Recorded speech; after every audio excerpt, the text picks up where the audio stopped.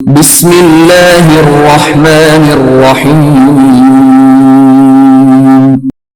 इक़रा बिस्मि रब्बिकल्लज़ी खलक़।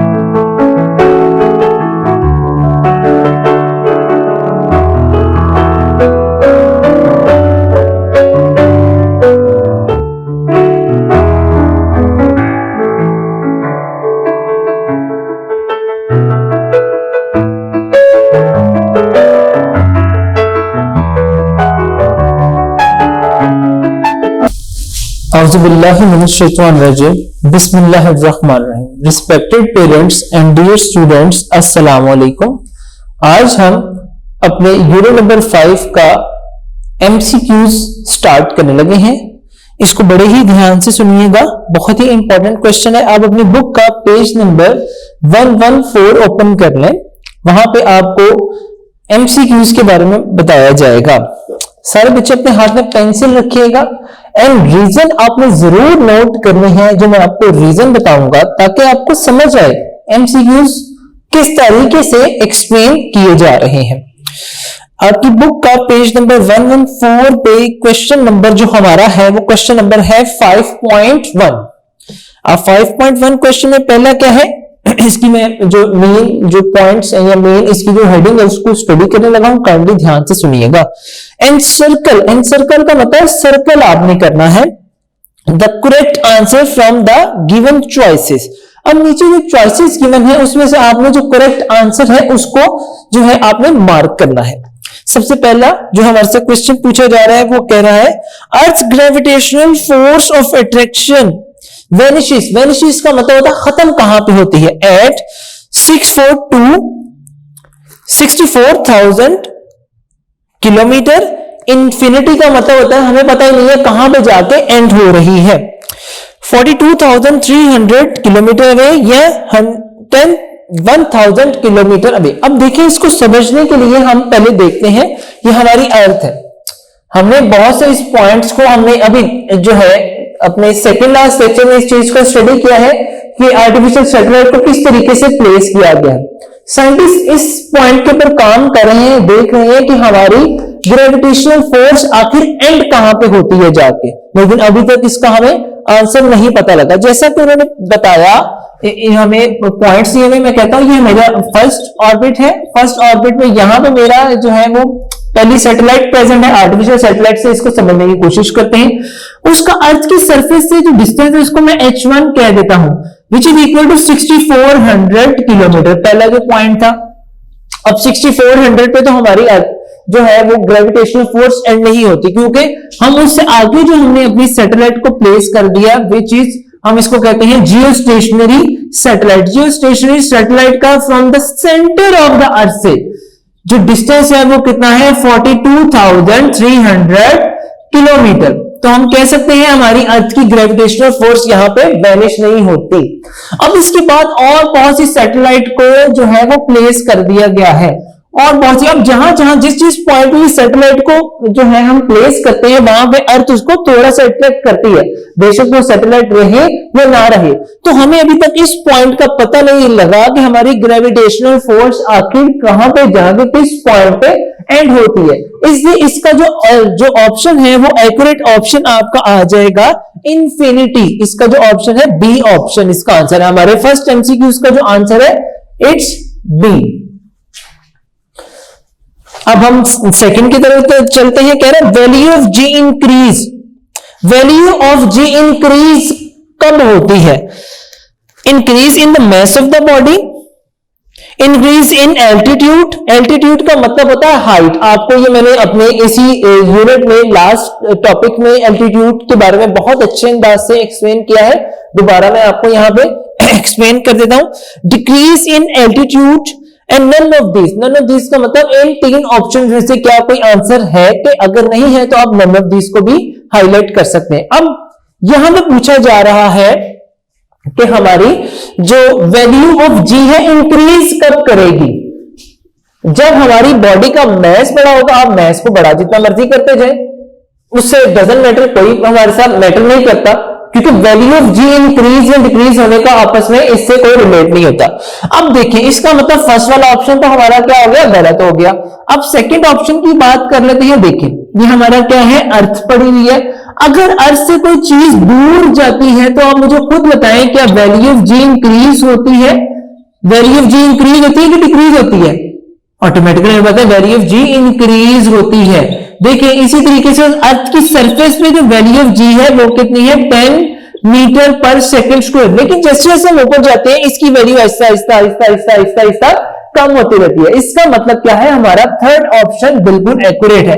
वो जब हम हमारी ये देखिए ना, ये हाइट है, यहां से लेके हाइट है, तो हाइट को हम एल्टीट्यूड भी कहते हैं। ये एल्टीट्यूड है इसका। तो मैं ये कह सकता हूं जैसे जैसे अगर मेरा ऑब्जेक्ट ऊपर से नीचे आता है तो इसकी वैल्यू ऑफ जी क्या होगी, अर्थ की सरफेस के पास आएगा, तो ऑटोमेटिकली वैल्यू ऑफ जी हमारी क्या होती जाएगी, इंक्रीज होती जाएगी, जैसे जैसे हमारे एल्टीट्यूड में डिक्रीज आता जाएगा। अब देखिए इस पेन को मैं अगर जोर से ऊपर फेंकूं तो ऊपर जाएगा, ऊपर जाते जाते फोर्स ऑफ ग्रेविटी की वैल्यू जो इस सरफेस के ऊपर है, सरफेस ऑफ द अर्थ के ऊपर है, उसकी वैल्यू वहां पे कुछ और होगी। लेकिन जैसे जैसे ये अब जाता जाएगा वैल्यू ऑफ जी डिक्रीज होती जाएगी। लेकिन जैसे ही ऊपर से नीचे आएगा वैल्यू ऑफ जी मेरी क्या होती जाएगी, इंक्रीज होती जाएगी। तो इसका ऑप्शन जो है वो हमारा क्या हो जाएगा, डिक्रीज इन एल्टीट्यूड। उम्मीद है आपको एल्टीट्यूड का मतलब समझ आ गया होगा। ये हाइट होती है, जिससे हाइट में डिक्रीज आता जाएगा हमारी एल्टीट्यूड जो वैल्यू ऑफ जी होगी वो इंक्रीज होती जाएगी। तो इसका जो ऑप्शन है वो इसका सी वाला ऑप्शन एक्यूरेट है। अब नेक्स्ट की तरफ चलते हैं। कह रहे value of G at a height on the surface on the earth radius above the surface of the earth is. अब इसमें से हमने इसका आंसर फाइंड करना है। वो कह रहा है कि value of G at a height 1 earth radius above the surface of the earth क्या होगी। अब इसको जरा समझने के लिए आपने अगर अपना लास्ट टॉपिक स्टडी किया होगा, जिसमें कुछ मैंने मतलब लास्ट नहीं सॉरी 3 या 4th जो है जो हमारा टॉपिक है लास्ट वाला, अगर आपने वो रीड आउट किया होगा या आपने इसको स्टडी किया होगा तभी आपको इसकी समझ आएगी। अब इसमें हम जो है एक फॉर्मूले के थ्रू इसको समझने की कोशिश करते हैं, क्योंकि value of G gravitational force at height का हमें एक फॉर्मूला बताया गया है। इसी बुक पे आप जो है पीछे टॉपिक्स में आप उसको स्टडी कर सकते हैं, which is equal to G M E over are plus H and इसका स्क्वायर। अब वो कह रहा है हाइट जो है ऑब्जेक्ट की, जिससे ये सपोज करना ये अर्थ है, यहां से लेके यहां तक का एक हमारा क्या होता है रेडियस, सर्कल का हाफ हमारा क्या होता है रेडियस होता है। वो कह रहा है एक ऑब्जेक्ट है, जितना हमारा रेडियस का जो अर्थ का रेडियस है उतना ही हमारा जो हाइट है ना उस ऑब्जेक्ट को उस रेडियस के इक्वल कर दे। मतलब सपोज है हमारा रेडियस जो है वो क्या है 2 मीटर है, तो अगला जो ऑब्जेक्ट है वो कह रहा है एक इसी हाइट पे 2 मीटर की हाइट पे आप प्लेस कर दें। तो तब आप हमें बताएं वैल्यू ऑफ जी क्या होती है। तो आप वैल्यू ऑफ जी को फाइंड करने के लिए G M E over are plus R कर देंगे, क्योंकि उसने हमें बता दिया है एच किसके इक्वल होगा 1 रेडियस के इक्वल होगा। उम्मीद है आपको ये पॉइंट समझ आ गया होगा। आइए अब हम इसको सॉल्व करते हैं, वैल्यूज पुट करके हम इसको सॉल्व करने की कोशिश करेंगे। G h as it is आ जाएगा g M E over are plus h whole का स्क्वायर। अब यहां पे आर की जगह क्या आ जाएगा जी प्लस आर आ जाएगा, which is equal to G H is equal to G M E over 2r का होल का स्क्वायर आ जाएगा। अब हम क्या करेंगे, यहां पे वैल्यूज ऐड करेंगे। g की क्या वैल्यू होती है हमें पता है 6.673 इंटू 10 रेज की power -11। mass of the earth की क्या वैल्यू होगी, which is equal to 6.0 into 10 raised की पावर 24. रेडियस की क्या वैल्यू होगी, 6.4 into 10 raised की पावर 6. अब हम इन सब वैल्यूज को जब यहां पे प्लेस करेंगे, प्लेस करने के बाद जब हम इसको सॉल्व करते हैं तो हम देखते हैं हमारा आंसर क्या होता है, GH is equal to 6.673 into 10 raised की पावर -11. अब इसको रेडियस ऑफ द अर्थ के साथ मल्टीप्लाई करते हैं, which is equal to 6.0 into 10 raised की पावर 24 एंड इसको डिवाइड किसके साथ कर देंगे, रेडियस ऑफ द अर्थ के साथ, which is 6.4 into 10 raised की पावर 6. आइए अब हम इसको सॉल्व करते हैं. सॉल्व करके हम देखते हैं हमारे पास क्या आंसर आता है. जब हम इसको सॉल्व करते हैं with the help of calculator, जब इसको सॉल्व करते हैं हमारे पास आंसर 2 पॉइंट समथिंग आता है, 2.46 या इस तरीके से कुछ समथिंग आंसर आता है. तो इस आंसर के मुताबिक आप देखिए हमारी जो फोर्स ऑफ ग्रेविटी है on the surface of the earth which is 10.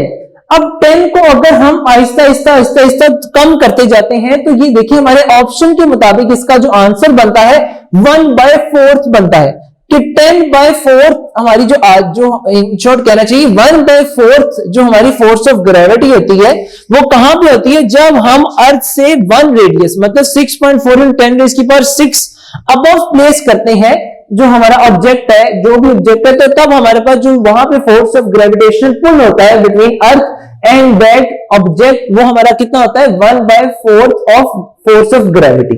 उम्मीद है आपको ये एमसीक्यूज समझ आ गया होगा. इसका जो ऑप्शन है वो कौन सा ऑप्शन आ जाएगा, नंबर 3 का डी ऑप्शन आ जाएगा. इसके बाद हम नेक्स्ट देखते हैं. नेक्स्ट में क्या कहा जा रहा है, the value of G on the surface of moon is 1.6 metre per second square. इसको भी हम सॉल्व करेंगे. इसमें हमें क्या बताया जा रहा है, value of G on the surface of the moon बताया जा रहा है, मतलब force of gravity on the surface of the moon कितनी बताई गई है, which is 1.6 metre per second square. What will be the weight of the object of 10 kg. मतलब हम मैस बता दिया गया. अब मुझे कैसे पता लगा ये मैस है, क्योंकि उन्होंने वहां पे वेट बेशक लिखा हो, उन्होंने पूछे वेट कितना होगा, जो ऑब्जेक्ट का मैस कितना है 100 kg है. अब आपको kg is a unit of mass, यहां से हमें पता लग जाएगा कि ये हमें मैस के बारे में बताया जा रहा है. On the surface of the moon. अब यहां पे हमें क्या बता दिया गया है, गिवन डेटा. इन शॉर्ट में लिख लेता हूं गिवन डेटा, क्योंकि अगर एमसीक्यूज हम लोगों ने बताया हुआ है. गिवन डेटा में हमारे पास क्या आता है, gravity on the surface of the moon, m for moon, which is 1.62 metre पर सेकंड का स्क्वायर. और हमें मैस कितना बताया गया है, मैस m for मैस हमें बता दिया गया है, which is 100 kg. अब हमसे पूछा क्या है, रिक्वायर्ड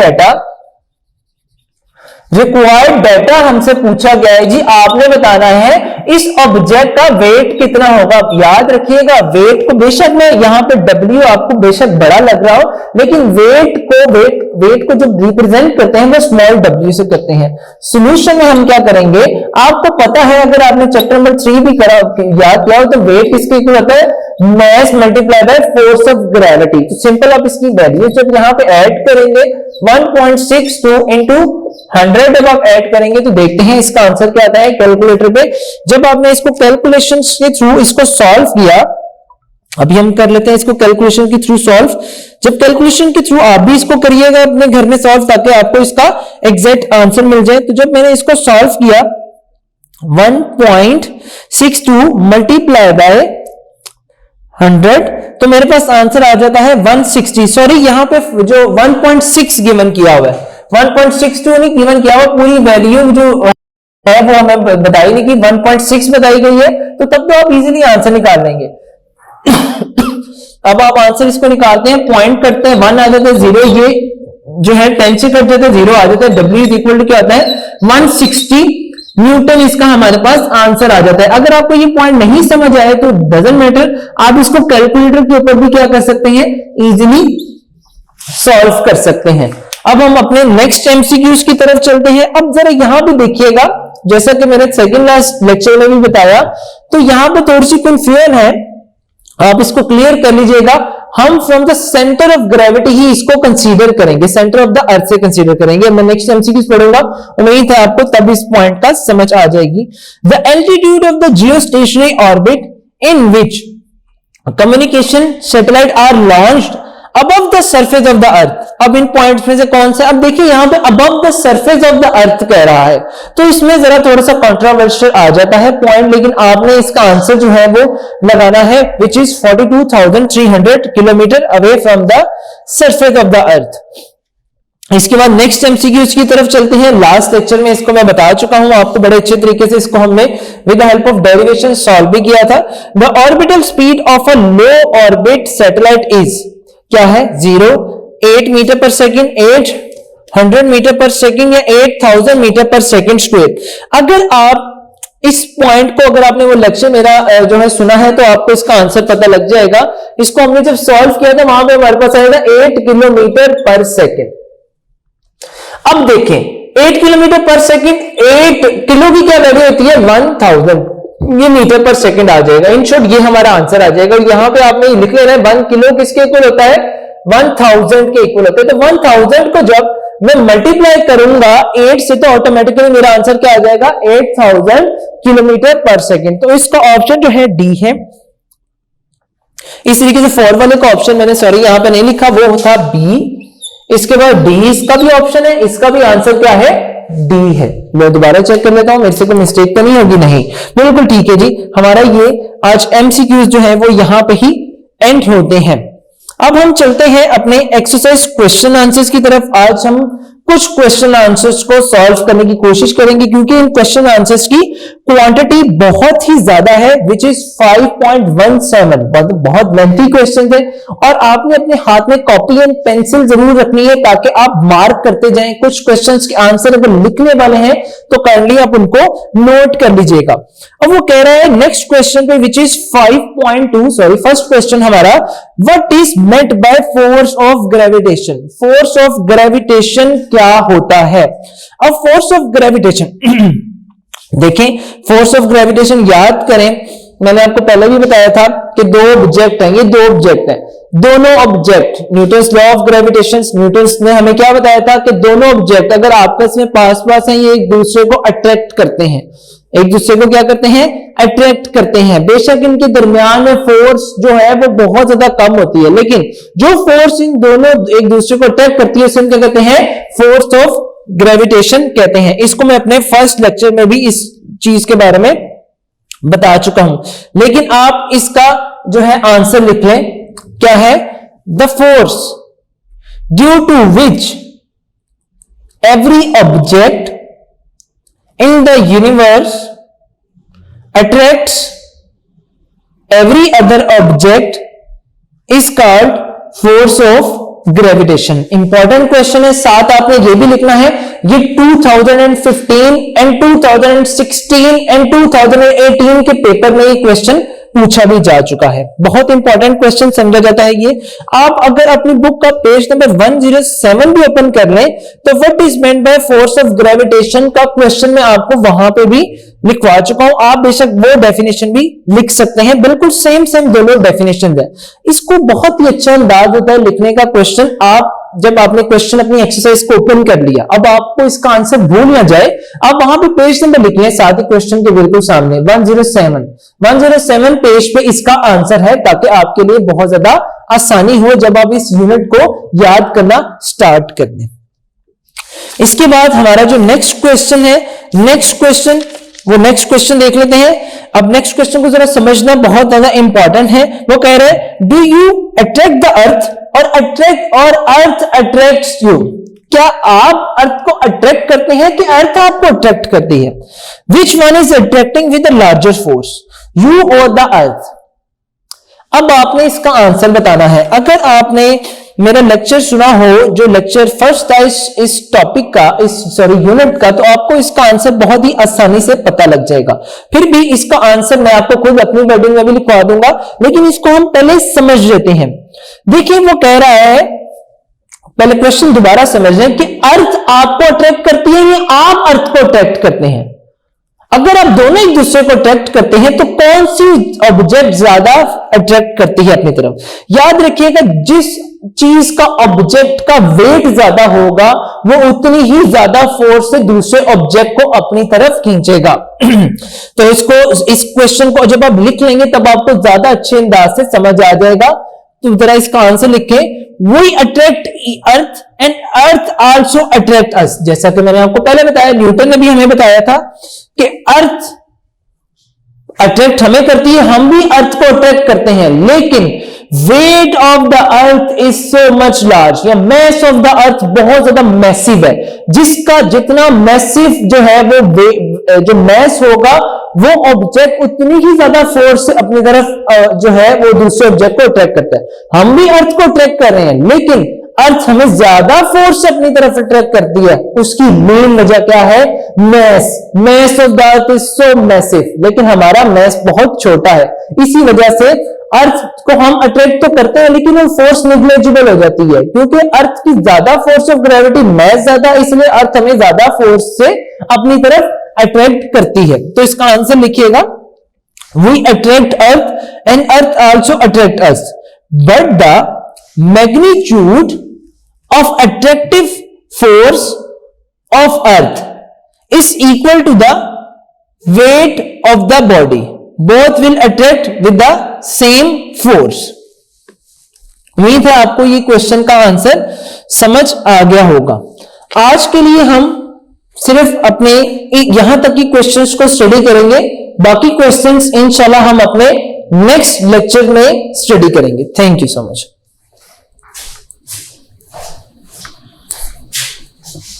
आज हम यूनिट नंबर 5 का एक्सरसाइज क्वेश्चंस आंसर स्टार्ट करेंगे।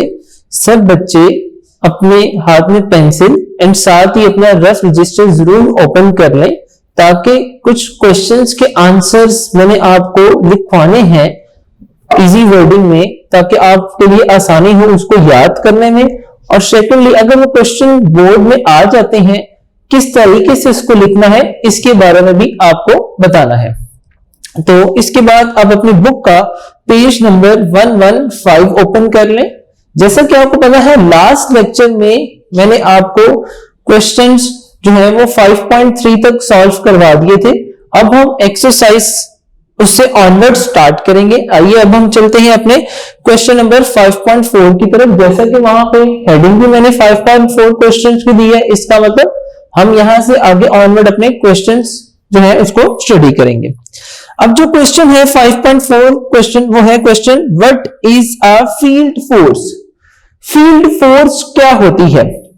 जैसा कि आपको याद है, इस क्वेश्चन का आंसर बहुत ही अच्छे अंदाज से मैंने अपने लेक्चर में एक्सप्लेन किया था।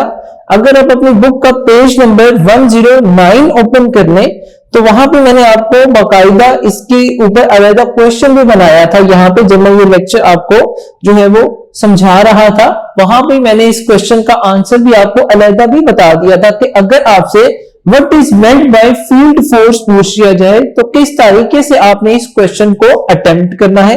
आप इसी तरीके से अपने जो क्वेश्चन 5.4 है उसके आगे जो है आप मार्क कर लें पेज नंबर 109, ताकि आपके लिए आसानी हो इसकी डेफिनेशन याद करना जिस दिन आपने इस चैप्टर को रिवाइज या रेडी करना है।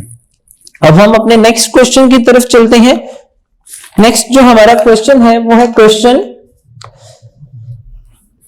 Why earlier scientist could not guess about the gravitational force. मतलब ये कि 16th सेंचुरी से पहले या 16th सेंचुरी से पहले जो हमारे साइंटिस्ट थे वो ग्रेविटेशनल फोर्स के बारे में क्यों नहीं पता लगा सके या जान सके। तो 16th सेंचुरी से पहले ग्रेविटेशनल फोर्स का इसलिए पता नहीं लगा सके, उस टाइम में हमारे पास दो थ्योरीज हुआ करती थी। जो पहली थ्योरी थी उसमें ग्रीक साइंटिस्ट ने क्या बताया कि हमारी जो अर्थ है वो अपने सेंटर पे स्टेशनरी रहती है, मतलब ये उसका एक्सिस है, एक्सिस से वो क्या रहती है, स्टेशनरी रहती है। और बाकी जितने भी अदर प्लैनेट्स हैं जैसे मून है, सन है, वो इस अर्थ के इर्द गिर्द रिवॉल्व करते हैं। अब इस जो है थ्योरी के बाद एक और थ्योरी पेश की गई जिस थ्योरी के मुताबिक जो है हमें क्या बताया गया, ये बताया गया कि जो अनदर थ्योरी हमें बताई गई वो ये थ्योरी थी कि सन जो है वो स्टेशनरी है, अर्थ सन के इर्द गिर्द रिवॉल्व करती है एंड मून के इर्द गिर्द रिवॉल्व करती है। लेकिन ये दोनों आंसर जो है सेटिस्फाइड नहीं थे। फिर इसके बाद न्यूटन ने अपनी थ्योरी दी जिसको लॉ ऑफ ग्रेविटेशन भी कहते हैं। इस थ्योरी के मुताबिक जो है हमारा सोलर सिस्टम भी बहुत अच्छे अंदाज से एक्सप्लेन हो गया और इस थ्योरी की हेल्प से हमने बहुत सी अपनी सैटेलाइट्स को भी आसमान में भेजा, मतलब इन स्पेस भेजा, जिसकी वजह से हमें आज बहुत सी आसानियां पेश आती हैं। इसके इंपॉर्टेंस जो है, जो लॉ ऑफ ग्रेविटेशन है, इसका एक अलग भी हमारी एक्सरसाइज में क्वेश्चन है कि इसकी क्या इंपॉर्टेंस है। तो इसकी इंपॉर्टेंस को मैं वहां पे जाके अच्छे अंदाज से एक्सप्लेन करूंगा। काइंडली इस क्वेश्चन का आंसर बुक में प्रोवाइड नहीं किया हुआ अच्छे अंदाज से, तो आप इस क्वेश्चन का आंसर लिख लें। मैं बोल रहा हूं, आप इस क्वेश्चन के आंसर को नोट कर लीजिएगा, ये आपके लिए इंशाल्लाह अज़ीज बहुत ज्यादा हेल्पफुल होगा। The earliest Greek scientist believed that earth remain stationery at the centre while planets including sun and moon revolves around it।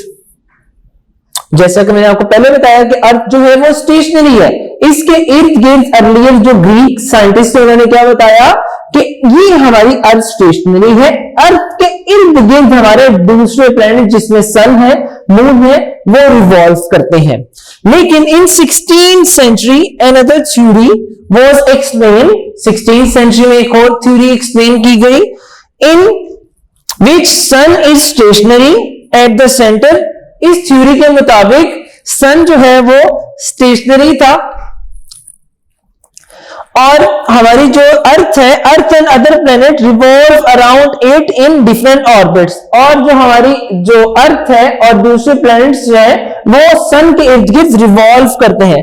To resolve the conflict between these theories Newton explain the theory of gravitation, जिसको law of gravitation भी कहते हैं।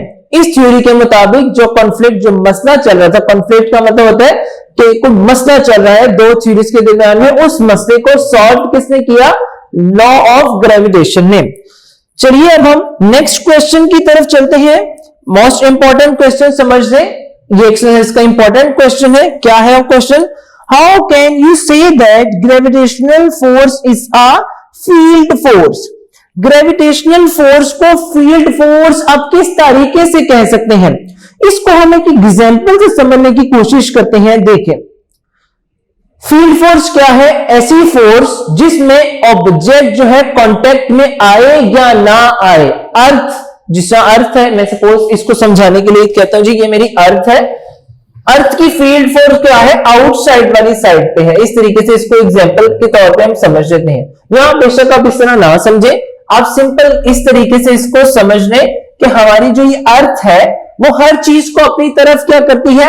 Attract करती है। ये मेरी अर्थ है। अब यहां पे कोई ऑब्जेक्ट स्पेस में प्रेजेंट है, ये अर्थ इसके ऊपर ग्रेविटेशनल फोर्स एक्ट करेगा। वो बेशक ये ऑब्जेक्ट इसके कांटेक्ट में आए या ना आए, ये ग्रेविटेशनल फोर्स इसके ऊपर एक्ट करता है, तभी तो हर object toward the earth move करता है जो स्पेस में होता है। तो यही फील्ड फोर्स होती है। फील्ड फोर्स ऐसी फोर्स होती है जिसमें ऑब्जेक्ट कांटेक्ट में आए या ना आए, बिग बॉडी के ऑब्जेक्ट जो है अट्रैक्ट होता है टुवर्ड द बिग बॉडी। तो इसी तरीके से इसको एक एग्जांपल से समझने की कोशिश करते हैं। जैसे कि मेरे पास बोर्ड मार्कर है, अगर मैं इसको इस तरीके से ऊपर फेंकता हूं तो देखिए यहां पे जाके अगर ये स्टॉप होता है तो मैं कहता हूं यहां से फेंका, आहिस्ता आहिस्ता आहिस्ता आहिस्ता ऊपर जाता गया। जब ये रुकेगा, जाहिर सी बात है इसकी वेलोसिटी, कुछ ना कुछ वेलोसिटी होगी इसकी आहिस्ता, यहां से जब मैंने ऊपर फेंका स्पीड से, ये यहां पे आके रुक गया। इसका मतलब क्या है? पहले स्टार्ट में जब फेंका इसकी वेलोसिटी तेज थी, आहिस्ता आहिस्ता आहिस्ता आहिस्ता कम होती है। जब यहां पे आएगा तो इसकी वेलोसिटी जीरो हो जाएगी, तभी तो स्टेशनरी कंडीशन में आएगा, इन शॉर्ट रुकी हुई कंडीशन में आएगा। लेकिन फिर आहिस्ता आहिस्ता नीचे भी आहिस्ता मूव करते जाएगा, इसकी वेलोसिटी इंक्रीज होती जाएगी। तो ये बॉडी कांटेक्ट में तो है नहीं अर्थ की सरफेस के साथ। अनटिल जब तक कि यहाँ पे गिर नहीं जाएगा या अर्थ की सरफेस के ऊपर गिर जाएगा तो मैं कहता हूं तब ये कांटेक्ट में आएंगे, लेकिन इससे पहले ये कांटेक्ट में नहीं थी। इट्स मींस जो हमारी ग्रेविटेशनल फोर्स है वो फील्ड फोर्स है। ये हमने इस एग्जांपल से प्रूव कर लिया। दोबारा मैं इसको एक्सप्लेन कर दूंगा जब मैं एक दफा आपको ये इस क्वेश्चन का आंसर बोल के बता दूंगा। काइंडली आप इस क्वेश्चन के आंसर को भी नोट कर लीजिएगा। We can say that gravitational force is a field force. To understand it, consider a body moving in the upward direction. Its velocity continuously decreasing, and a body moving in a downward direction, its velocity continuously increasing. This is due to the gravitational pull of the earth. And this shows that gravitational force is a field force. जैसा कि इसको मैंने example के through भी बताया, वही बात कर रहा है। जैसे जैसे ऑब्जेक्ट आपका अर्थ की सरफेस से अवे जाता है, इसकी वेलोसिटी आहिस्ता आहिस्ता आहिस्ता आहिस्ता डिक्रीज होती जाती है। लेकिन जब यही object toward the earth surface की तरफ आता है, इसकी वेलोसिटी बहुत ज्यादा तेज हो जाती है until it hits with the surface of the earth. उम्मीद है आपको ये क्वेश्चन अच्छे अंदाज से समझ आ गया होगा। नेक्स्ट क्वेश्चन बोर्ड के लिहाज से बहुत ज्यादा इंपॉर्टेंट क्वेश्चन है। ये बोर्ड में 2013 से लेकर 2015 तक पूछा जा चुका है, तो ये इंपॉर्टेंट क्वेश्चन समझा जाता है। और एक दफा ये 2016 में भी पूछा गया था, तो इस क्वेश्चन का आंसर आपको मैं पहले ही बता चुका हूं। अब मैं क्वेश्चन पढ़ता हूं ताकि आपको इस क्वेश्चन की समझ आ जाए। क्वेश्चन नंबर है हमारा 5.7 और क्वेश्चन क्या कह रहे हैं, एक्सप्लेन करें what is meant by gravitational field strength. एक दफा ये क्वेश्चन ऐसे पूछा गया, एक्सप्लेन नहीं लिखा हुआ था what is meant by gravitational field strength. And second time ये क्वेश्चन पूछा गया है डिफाइन ग्रेविटेशनल फील्ड स्ट्रेंथ। तो देखिए जब हमें पता है ये बहुत ज्यादा इंपॉर्टेंट क्वेश्चन है, तो आपने इसको पूरे इसमें मार्क्स हासिल करने के लिए इसकी डेफिनेशन को बहुत अच्छे अंदाज से याद करना है। एंड सेकंड इसकी वैल्यू बताई गई है ग्रेविटेशनल फील्ड स्ट्रेंथ की अलॉन्ग विद इट्स यूनिट। दोनों चीजों को आपने बहुत ही अच्छे अंदाज से याद करना है। अब आइए मैं आपको इस क्वेश्चन के आंसर जो है वो मार्क अगेन करवा देता हूं। आपने मैंने लेक्चर में इसको बहुत अच्छे अंदाज से एक्सप्लेन किया है। अगर आप पेज नंबर 109 ओपन कर लें तो यहां से इसका आंसर जो है वो स्टार्ट होता है। In the gravitational field of the earth the gravitational force per unit mass is called gravitational field strength of the अर्थ। ठीक है। एंड सेकंड में आपने याद रखना है the gravitational field strength is 10 Newton पर केजी। ये आपने इसका यूनिट भी याद रखना है, अलॉन्ग इट्स वैल्यू आपको बहुत अच्छे अंदाज से याद होनी चाहिए। आप इसका पेज नंबर जरूर अपने क्वेश्चन के आगे लिख लीजिएगा ताकि आपको याद रहे। पेज नंबर जो है आपका 109 to 1010 तक है। 2 पॉइंट्स आपने इसके बहुत अच्छे अंदाज से याद करने हैं। अब हम अपने नेक्स्ट क्वेश्चन की तरफ चलते हैं, which is 5.8 question. Why is law of gravitation important to us. वो कह रहा है इस क्वेश्चन में कि लॉ ऑफ ग्रेविटेशन हमारे लिए इतना इंपॉर्टेंट क्यों है या इंपॉर्टेंस क्यों रखता है। तो ये एज ए शॉर्ट क्वेश्चन आपसे पूछा जा सकता है, तो इस क्वेश्चन को आपने बहुत अच्छे अंदाज से समझना है। देखिए भाई आपको जैसा कि मैंने लास्ट क्वेश्चन में एक बताया जो हमारा क्वेश्चन नंबर 5.5 था, उसमें मैंने आपको बताया कि साइंटिस्ट की दो थ्योरीज थी। दो थ्योरीज के दरमियान में कॉन्फ्लिक्ट खत्म किया गया किसकी थ्रू, लॉ ऑफ ग्रेविटेशन ने। लॉ ऑफ ग्रेविटेशन ने हमें एक्सप्लेन किया कि how our solar system work, हमारा सोलर सिस्टम किस तरीके से वर्क करता है। इसी तरीके से इस पॉइंट की वजह से या इस लॉ की वजह से हमें एक बहुत इंपॉर्टेंट जो हमारा मसला सॉल्व हुआ वो ये था कम्युनिकेशन पर्पस। हमारा communication purpose before this law बहुत अच्छा नहीं था, लेकिन जैसे जैसे इसमें रिसर्च होती गई तो हमने आसमान नहीं कहना चाहिए, स्पेस में हमने अपनी जो है वो सैटेलाइट्स, आर्टिफिशियल सैटेलाइट्स जिसको हम कहते हैं, उनको हमने भेजा, उन्होंने हमें बहुत ज्यादा फायदा पहुंचाया। और उनके फायदे जो है मैं अपने जो सेकंड लास्ट लेक्चर है उसमें बहुत अच्छे अंदाज से एक्सप्लेन कर चुका हूं। यूजेस ऑफ आर्टिफिशियल सैटेलाइट बहुत अच्छे अंदाज से एक्सप्लेन किया है मैंने। तो आइए अब इस क्वेश्चन का आंसर देख लेते हैं। उम्मीद है आपको मेरी जो है वो एक्सप्लेनेशन उसको समझ आ गई होगी। लेकिन जब हम इस क्वेश्चन को लिखेंगे, जो मैं वर्डिंग आपको लिखवाऊंगा, आप उससे भी देखेंगे कितना हेल्पफुल होगा ये क्वेश्चन अगर बोर्ड में आ जाता है तो किस तरीके से आपने इसको एक्सप्लेन करना है। Newton's law of gravitation explain the motion of object in space, motion of planet around the sun and the moon, and the motion of the moon around the earth. It also explain the motion of a planets in the solar system. By using law of gravitation, we can find the mass of the earth. It also helps to understand the motion of satellites. अब आपको उम्मीद है जो मैंने बताया है उस question का आंसर बहुत अच्छे अंदाज से समझ आ गया होगा। नेक्स्ट जो हमारा क्वेश्चन है वो क्वेश्चन है explain the law of gravitation. It's a long question. ये लॉन्ग क्वेश्चन आप अगर अपनी बुक का पेज नंबर 107 ओपन कर रहे हैं तो आपको 5.1 की सब हेडिंग नजर आ रही होगी which is law of gravitation. अगर आप इस यूनिट का फर्स्ट लेक्चर मेरा सुनेंगे तो तब आपको समझ आ जाएगा कि अगर ये लॉन्ग क्वेश्चन आ जाए तो आपने इस लॉन्ग क्वेश्चन को किस तरीके से सॉल्व करना है। अब हम अपने नेक्स्ट क्वेश्चन की तरफ चलते हैं which is an other long question, how the mass of the earth can be determined, कि हम मास ऑफ द अर्थ को किस तरीके से फाइंड आउट कर सकते हैं।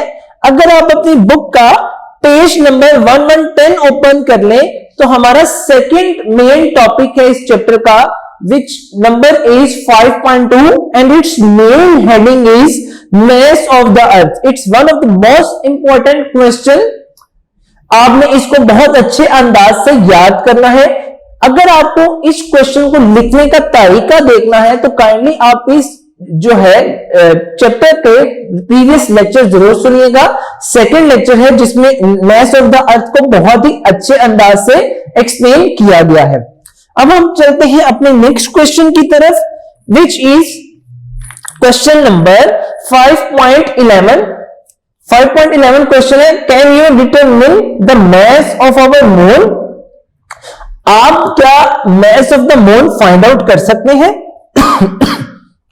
If yes then what you need to know, देन आपको क्या पता होना चाहिए।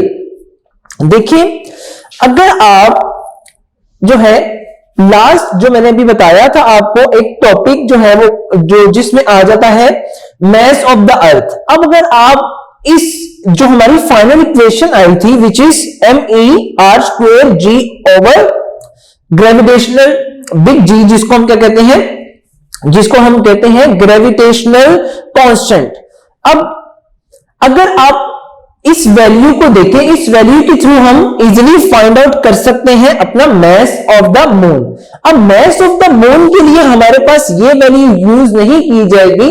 अगर आप चाहते हैं कि आप मास ऑफ द मून फाइंड करना चाहें तो m स्मॉल m से क्या मुराद है, mass of the moon which is equal to gm। gm का मतलब क्या है, ग्रेविटेशनल फोर्स या force of gravity on the surface of the moon which is equal to rm square. ये है radius of the moon and it's divided by g and g is a gravitational constant. आपने ये पढ़ा भी है जिसे universal constant भी कहते हैं। इसकी वैल्यू हर जगह सेम रहेगी, तो मून पे भी इसकी वैल्यू सेम रहेगी। Force of gravity on the surface of the moon हमें पता है। अगर हमें रेडियस पता लग जाए, radius of the moon, then we can easily find the mass of the moon. मैं अगेन एक्सप्लेन कर देता हूं। gm क्या है, gm इज इक्वल टू कहना चाहिए force of gravity, force of gravity, force of gravity on the surface, on the surface of the moon, on the surface of the moon. And r क्या है, rm for radius of the moon. Radius of the moon, and third one is G. G is a universal constant. Universal का मतलब कि हर जगह universe में जी की value क्या रहेगी, बिल्कुल सेम रहेगी। इसे यूनिवर्सल कांस्टेंट भी कहते हैं। इसकी वैल्यू 6.625 into 10 रेज़ की पावर -11 होती है। इसको मैंने अगेन बड़े अच्छे अंदाज से बताया हुआ है, तो आपने इसकी वैल्यू जो है मैंने आपको बता दी। अगर आपको जीएम पता है, अभी हम आगे भी जाकर देखेंगे जीएम क्या है, इसकी वैल्यू क्या है, मैं आगे जाके आपको एक्सप्लेन करता जाऊंगा। रेडियस ऑफ द मून, हमें अगर ये पता लग जाए, हमें ये भी पता है, ये भी पता है, अगर रेडियस ऑफ द मून पता लग जाए तो हम इजीली क्या कर सकते हैं, मैस ऑफ द मून को फाइंड आउट कर सकते हैं। अब आप इस क्वेश्चन को एक दफा लिख लें, जैसे मैं लिखवा रहा हूं। Yes, mass of the moon can be determined by using the formula। Formula आपके सामने लिखा हुआ है। अब फॉर्मूले के नीचे आप वर्डिंग में लिखना चाहें वर्डिंग में लिख दें, बेशक इस तरह लिख दें, gm is equal to force of gravity on the surface of the moon, rm is the radius of the moon, g is a universal constant। And last में एक लाइन बहुत ज्यादा इंपॉर्टेंट है, वो आपने जरूर लिखनी है।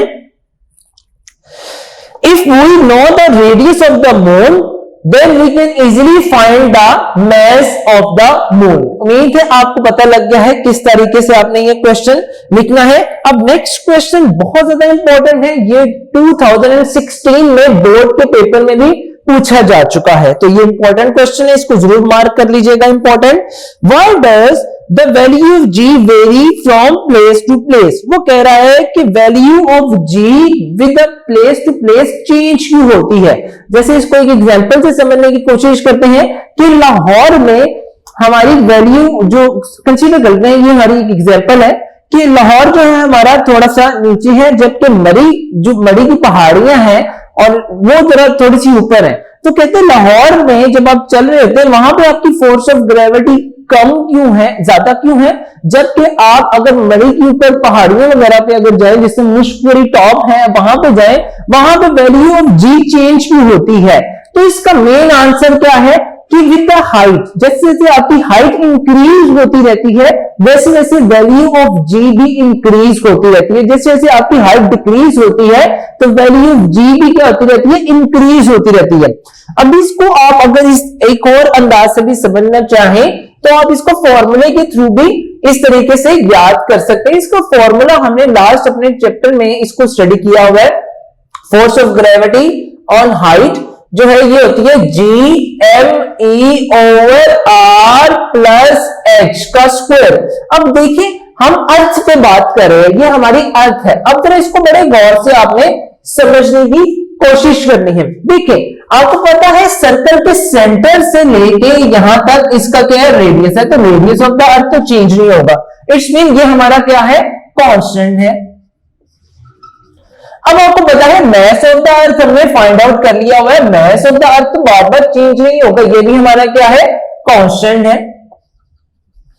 अब ये जी जो है आपको पता है हमारा क्या है, ये यूनिवर्सल कांस्टेंट है, ये यूनिवर्सल कांस्टेंट है, तो ये भी तो चेंज नहीं होगा। फिर क्या चीज रह गई, फिर चेंज तो सिर्फ मेरा क्या होगा, हाइट चेंज होगी।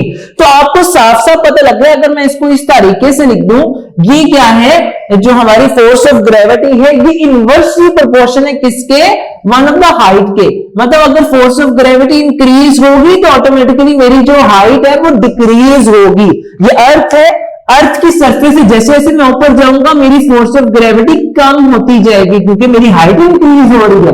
लेकिन जैसे जैसे मैं जो अर्थ की सरफेस के पास आता जाऊंगा मेरी फोर्स ऑफ ग्रेविटी इंक्रीज होती जाएगी क्योंकि मेरी हाइट जो है वो डिक्रीज होती जा रही है। उम्मीद है ये क्वेश्चन आपको अच्छे अंदाज से समझ आ गया होगा। आपने इसको क्वेश्चन में सबसे पहले जो मेन हेडिंग देनी है आपने लिख देना है, वी नो दैट, हमारे पास ये फॉर्मूला होता है VH is equal to GME over R plus H का square. And according to this formula value of G depend upon the height. अब कैसे डिपेंड करती है मैंने आपको बता दिया, 1 2 3 चीजें तो हमारी कांस्टेंट है, सिर्फ इसमें कांस्टेंट जो नहीं है वो हाइट नहीं है। तो इसकी वजह से हाइट और फोर्स ऑफ ग्रेविटी का आप कह सकते हैं इनवर्सली प्रोपोर्शनल रिलेशन आपस में, इसकी वजह से हमारी जो है वो हाइट जो है वेरी करती है with the place to place. इसको दोबारा मैं बता देता हूं। According to this equation value of g depends upon the height, that is why value of g vary from place to place. अब नेक्स्ट क्वेश्चन की तरफ हम चलते हैं। नेक्स्ट क्वेश्चन है question number 1.3। Explain how value of g varies with altitude. Altitude जो है वो हाइट को ही कहते हैं। इसमें दोबारा वही क्वेश्चन पूछा जा रहा है कि आप हमें बताएं भाई कि वैल्यू ऑफ g वेरी भी करती है विद द एल्टीट्यूड। वही हमारा आंसर तकरीबन सेम आ जाएगा। आप सेम आंसर लिख दें, दोनों का आंसर सेम हो सकता है। आपने ये बता देना है कि g जो है वो इनवर्सली प्रोपोर्शन होता है हाइट के, या आप यहां पे एल्टीट्यूड भी लिख सकते हैं। जैसे जैसे हमारी एल्टीट्यूड इंक्रीज होती जाती है तो वैल्यू ऑफ g क्या होती है, डिक्रीज होती है। लेकिन जैसे जैसे हमारी जो ऑब्जेक्ट है सरफेस ऑफ द अर्थ के पास आता रहता है, हाइट कम होती है, वैसे वैसे हमारी वैल्यू ऑफ g क्या होती है, इंक्रीज होती रहती है। नेक्स्ट जो हमारा क्वेश्चन है, व्हाट आर आर्टिफिशियल सैटेलाइट। ये बोर्ड में 2 दफा क्वेश्चन पूछा गया है। ये 2013 में एंड 2016 के जो है वो पेपर में पूछा जा चुका है। तो ये भी हमारा एक इंपॉर्टेंट क्वेश्चन है, आपने इसको अच्छे अंदाज से याद करना है। आपको पता है इसका आंसर क्या है। आप अगर अपनी बुक का पेज नंबर 112 ओपन कर लें तो यहां पे मैंने आपको बड़े ही अच्छे अंदाज से आर्टिफिशियल सैटेलाइट की डेफिनेशन के बारे में बताया है। एंड यहां पे मैं एक बात आपको क्लियर करता चलूं, मैंने अपने लेक्चर में एक चीज बताई थी। आप अगर देखें आपकी बुक के साइड पे डू यू नो लिखा हुआ है। इस चीज को मैंने अच्छे अंदाज से सर्च किया है। सर्च करने के बाद ही आपको बताया जा रहा है कि यहां पे लिखा हुआ है the height of the geostationary satellite is about 42,300 kilometre away from the centre of the अर्थ। आपने सेंटर को काट देना है। आप जिन बच्चों के पास पुरानी बुक है वहां उस बुक में ये मिस्टेक है, सेंटर की जगह आएगा surface of the earth. And इस चीज को मैंने अपने लास्ट लेक्चर में एक्सप्लेन कर दिया है, आपने उस लेक्चर को देख लेना है। वहां पे एक ही छोटी सी आपकी बुक में मिस्टेक है, लेकिन अब जो न्यू बुक्स आ रही है उसमें इस मिस्टेक को बिल्कुल एक्यूरेट कर दिया गया है। अगर किसी बच्चे को फिर भी इसमें मसला है तो वो अगर एमसीक्यूज नंबर 5 देख ले तो एमसीक्यूज 5 के मुताबिक भी इस चीज का आंसर जो है हमारा ऑटोमेटिकली क्लियर हो जाता है। अब हम अपने नेक्स्ट क्वेश्चन की तरफ चलते हैं, which is 5.15। How Newton's law of gravitation help in understand the motion of satellite. अब इस क्वेश्चन में वो पूछ रहा है कि आप हमें एक्सप्लेन करें कि न्यूटन्स लॉ ऑफ ग्रेविटेशन ने किस तरीके से हेल्प किया है समझने में मोशन ऑफ आर्टिफिशियल सैटेलाइट। अब देखिए आपको पता है कि हमारी जो सैटेलाइट है वो इन अ सर्कुलर पाथ में मूव करती है अराउंड द अर्थ। जैसा कि मैंने ये अर्थ बनाई, अर्थ के इर्द गिर्द सर्कुलर पाथ में क्या करता है, हमारी सैटेलाइट मूव करती है। अब आपको इस चीज के बारे में पता है, चैप्टर नंबर 3 के आपने अगर लेक्चर सुने हो तो उसमें हमने एक्सप्लेन किया है कि जो हमारी ऑब्जेक्ट है वो सर्कुलर पाथ में मूव क्यों करती है। वो मूव इसी वजह से करती है क्योंकि सर्कुलर पाथ में हमेशा सेंट्रीपिटल फोर्स प्रोवाइड होती है। सेंट्रीपिटल फोर्स ही असल में मेन फोर्स है जो ऑब्जेक्ट को सर्कुलर पाथ में मूव करवाती है। तो फोर्स ऑफ ग्रेविटेशन ने क्या बताया, लॉ ऑफ ग्रेविटेशन ने हमें यह बताया कि ये अर्थ है, अर्थ हर ऑब्जेक्ट को अपनी तरफ अट्रैक्ट करती है। सपोज कर ले मैंने यहां पे क्या कर दिया, एक सैटेलाइट को प्लेस कर दिया। ये सैटेलाइट को जो मैंने यहां पे प्लेस किया, ये अर्थ इसको क्या करती है, अपनी तरफ अट्रैक्ट करती है, जबकि सैटेलाइट भी तो इस ऑब्जेक्ट को या इस अर्थ को अपनी तरफ अट्रैक्ट करती है। हमने इसको अपने फर्स्ट चैप्टर में अच्छे अंदाज से एक्सप्लेन किया।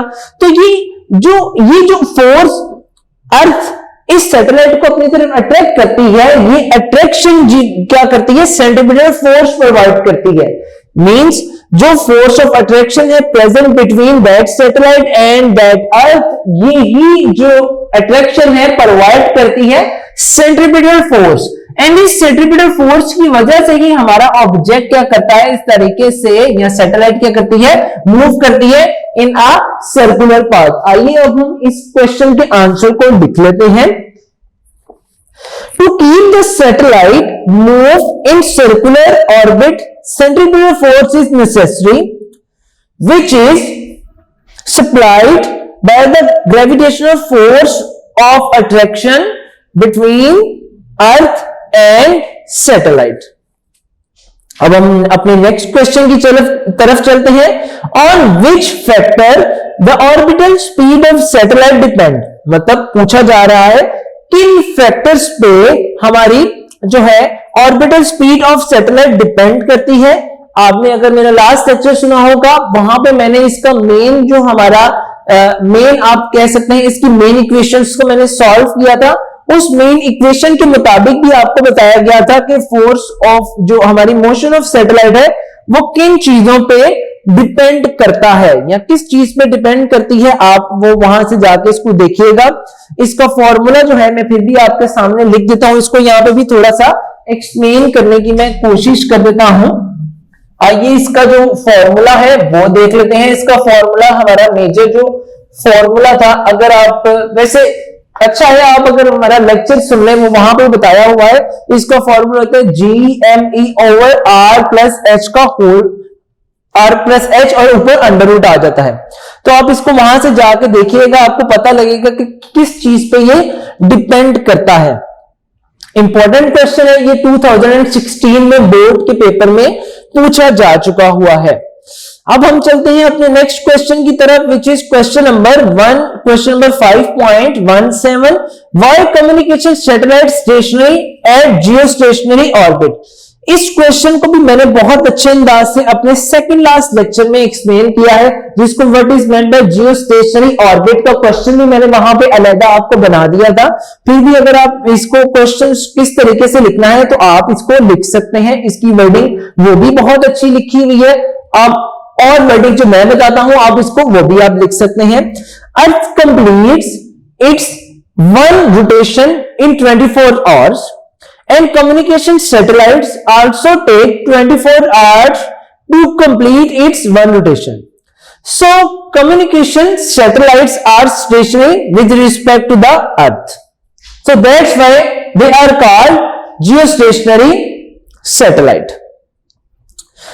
उम्मीद है आपको एक्सरसाइज के सारे क्वेश्चंस अच्छे अंदाज से समझ आ गए होंगे. इंशाल्लाह हम अपने नेक्स्ट लेक्चर में जो है वो न्यूमेरिकल्स को बहुत अच्छे अंदाज से सॉल्व करूंगा. Thank you ji.